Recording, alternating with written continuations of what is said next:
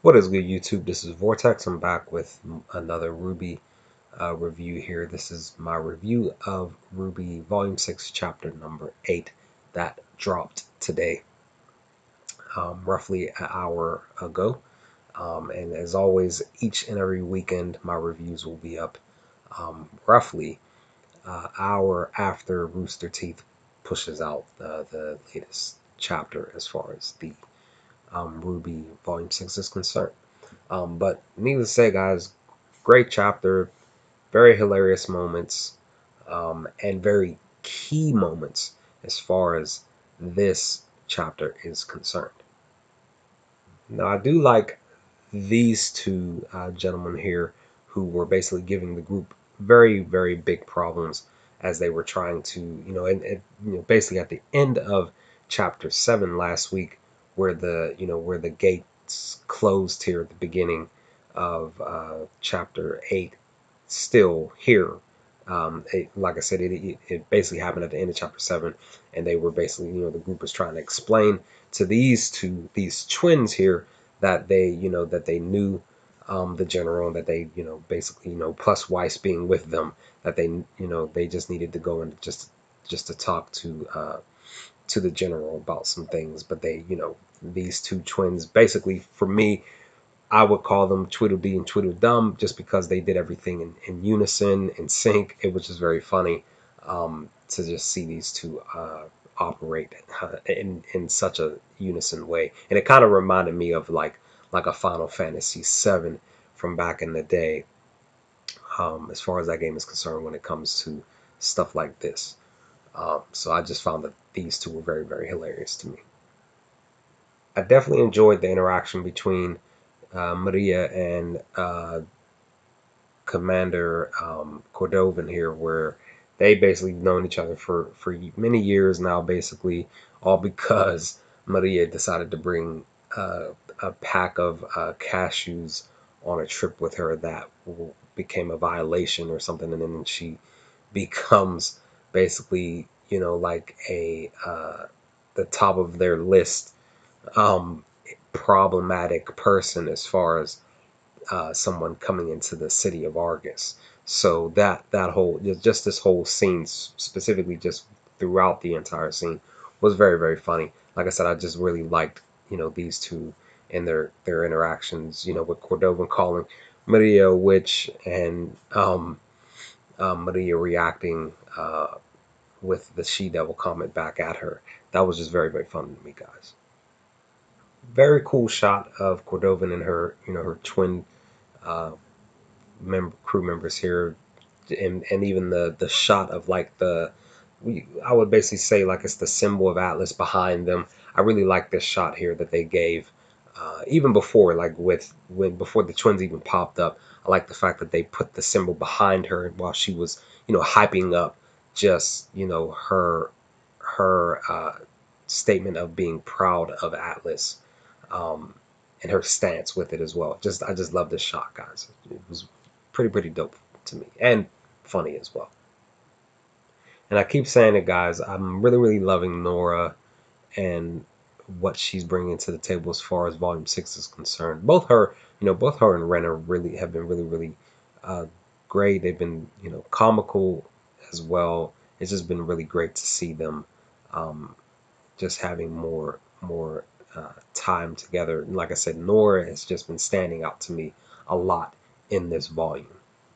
But I believe still, guys, that there are a lot of things that are happening in this volume, but it's still the main focus, I believe, is, well, it's not that I believe it. We know for a fact that they are heading back to Atlas.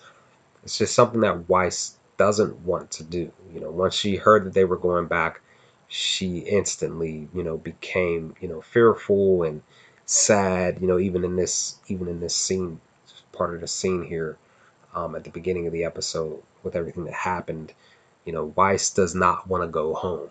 She just doesn't want to have the interaction with her father, and probably anybody else besides the butler. But Weiss just, she just doesn't want to go home. And I feel bad for Weiss. I really, really do. Not sure how you all feel about how she feels, but me personally, I feel really bad that Weiss has to go back home to pretty much deal with her, deal with her family, even though she basically, basically escaped and ran away type of thing. And once again, guys, Uncle Crow leaving, Unc deciding to just basically bounce and just leave to basically go to a bar and get drunk. He's like I keep saying, guys, he's in this depressive drinking phase right now because of his relationship with Ozpin being totally dismantled, basically, and the fact that them being unable to literally walk through the gates into Atlas, and them having to now have to take the long route to get there. Uncle Crow just deciding to leave. It just sucks, and I know that Ruby and Yang and everybody else just they want Crow with them. But it just, like I said, guys, it's sad to see Crow going through this phase right now, of basically depression and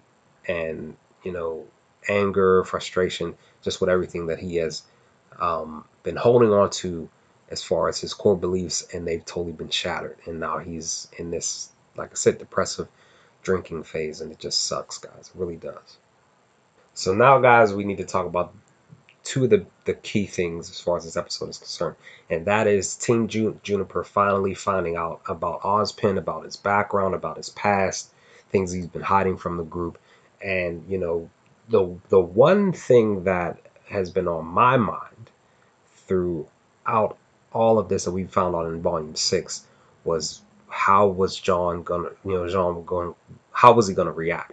And he pretty much, reacts. We see the reaction in the intro, and we specifically see it here in Chapter 8. We know, like I said, guys, we know from the intro that they have, that Jean has this reaction, and this is specifically why, because he finds out, basically that Ozpin's the reason why all this stuff is happening. Basically him and Salem, and my initial thought is just basically like, Jean can point the blame as to the one of the main reasons why Pyrrha is dead, because Pyrrha was, his love interest. Basically, like I said in my reaction, Pyrrha was my wife. But Jean has, in my mind, every right to be angry and upset, as well as everybody else, as far as this whole situation is concerned. But it just, Team Juniper finding out this information, and then all three of them deciding to, you know, leave after after this whole scene happens. They just needed time to breathe. But me personally, I'm feeling, I'm in Jean's corner specifically because I know for a fact that he's automatically thinking about Pierre. And once again, guys, I'm gonna say this again, just like I said earlier in the video about Nora. I really truly love Ruby's stance. I even said it in my reaction. I love the fact that she has been taking on this leadership role and really speaking up and speaking out about these crucial moments. Just literally, when she yells, when she expresses herself even more, it's like the whole entire room gets quiet a lot of times, and that's just very great to me, guys. Ruby is literally growing up before our eyes even more in this volume, and it's just great to me. Now, the other key moment is basically towards the end of this chapter, guys, is this conversation between Maria and Ruby, and it's basically centered around Silver Eyes. And crucial, big key things that we find out. We found out that Maria learns her basically her fighting style, and how she was how she was taught to use her silver eyes was by her father, um, and the fact that we also find out that silver eyes comes from the god of light, because he basically used that power against the Grim, in chapter 4. I literally can't remember off the top of my brain if it was chapter 4, if it was chapter 3, might have been chapter 3. But we find out that that's where Ruby and, at the time, Maria, years and many years ago, had her power. It came from the god of light.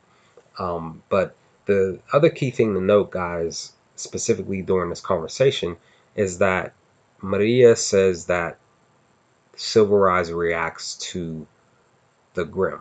I mentioned this in my reaction. Ruby mentions this in her response to what Maria says. At the Battle of Haven, there were no Grim on that roof where Cinder and Pyrrha fought before Pyrrha pretty much, died. And then that's when Ruby's Silver Eyes got activated. There were Grim around, but they weren't literally near them and like close to them. So her Silver Eyes reacted to Pyrrha getting killed by Cinder. Like I said, Ruby says, she says to Maria that, my Silver Eyes reacted to Cinder only. So it's still kind of like a question of how does Silver Eyes really truly, how does Silver Eyes truly work? Do they work against, we know that they work against the Grim, but do they only seemingly work against the Grim? Is it based upon like stress and fear, like a jolt of energy? Because we find out this information from Maria and helping Ruby to activate them in chapter number 7. I'm sorry, in chapter number 6 last couple of weeks ago, with the apathy. So that's that's just the question, guys. Truly, which one is it? Is it the Grim? Is it Cinder? It seems like it's, to me, it just seems like it's both. That's just what it seems like to me. But again, we really don't really know truly how the Silver Eyes fully operate. It's just another question, at least for me, because again, all this information that we're getting, it just seems like it's both. That's just what I think. It's both responding to the Grim, and it's also responding to Cinder. But again, Cinder didn't have a Grim arm back at the Battle of Haven. It was just something that kind of naturally happened in Ruby's response to the fact that Pyrrha died. So that is pretty much everything as far as this episode is concerned. I may have kind of skipped over some minor stuff, but I just wanted to talk about some crucial things that occurred in chapter 8. What did you all think of chapter 8? What do you all think of this review? Let's have a chat in the comment section, guys, and I will chat with you all next weekend with my review of and reaction of chapter 9, volume 6. Peace, guys.